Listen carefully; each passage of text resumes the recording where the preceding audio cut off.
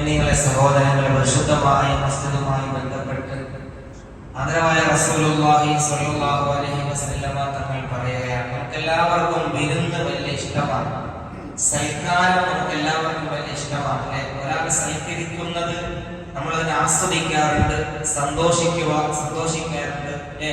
വിരുന്ന് സൽക്കാരം ഇഷ്ടല്ലേ? ഹബീബായ റസൂലുള്ളാഹി സ്വല്ലല്ലാഹു അലൈഹി വസല്ലമ തങ്ങൾ ഒരു വിരുന്ന് സൽക്കാരത്തിന് പരിചയപ്പെടുത്തുകയാണ്. ഏതാണ് വിരുന്ന് സൽക്കാരം? നബീന തങ്ങൾ സ്വല്ലല്ലാഹു അലൈഹി വസല്ലമ തങ്ങൾ പറയാൻ, നബി ഹുറൈറ റളിയല്ലാഹു തആല അൻ നബി സ്വല്ലല്ലാഹു അലൈഹി വസല്ലം ഖാൽ മൻ ഗദാ ഇലൽ മസ്ജിദി വറാഹ, ഒരാൾ രാവിലെയും വൈകുന്നേരവും പള്ളിയിലോട്ട് അവന്റെ മസ്ജിദിലോട്ട് നമസ്കരിക്കുവാനായി പള്ളിയിലോട്ട് കടന്നുപോയി.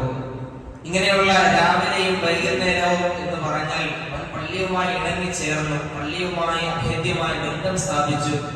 അങ്ങനെയുള്ള ഒരാൾക്ക് അഅദല്ലാഹു ലഹു നുസ്ലഹു മിനൽ ജന്ന കുല്ലമാ ഗദാ ഔ റാഹ, അല്ലാഹു സുബ്ഹാനഹു വ തആല സമയമെല്ലാം, അവൻ പള്ളിയിൽ പോകുന്ന സമയമല്ലോ, ആ സമയമെല്ലാം അല്ലാഹു സുബ്ഹാനഹു വ തആല സ്വർഗ്ഗീയ വിരുന്ന് അവൻ ഒരുക്കുമെന്ന് ഹബീബ് മുഹമ്മദ് മുസ്തഫ സല്ലല്ലാഹു അലൈഹി വസല്ലം.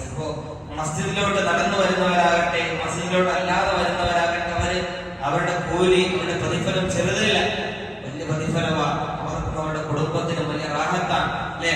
ഇതുപോലെയുള്ള വിരുന്ന് സൽക്കാരം അല്ലാഹു തആല ഒരുക്കുന്ന വിരുന്ന് സൽക്കാരമാണ്. മനുഷ്യന്റെ വിരുന്നല്ല, മനുഷ്യന്റെ സൽക്കാരമല്ല. എല്ലാത്തിനും മുകളിൽ നിൽക്കുന്നതായ ജഗന്നിയന്താവായ അല്ലാഹുവിന്റെ വിരുന്ന് സൽക്കാരം മനുഷ്യന് ഉണ്ടാകുമെന്ന് ഹബീബുനാ റസൂലുള്ളാഹി സ്വല്ലല്ലാഹു അലൈഹി വസല്ലം. നിരന്തരമായി പള്ളിയിൽ നിന്ന് നമസ്കരിക്കുന്ന മുത്തഖീങ്ങളിൽ അല്ലാഹു നമ്മെ എല്ലാവരെയും ചേർത്ത് അനുഗ്രഹിക്കുമാറാകട്ടെ. ബിറഹ്മതിക യാ അർഹമർ റഹീമീൻ. അസ്സലാമു അലൈക്കും.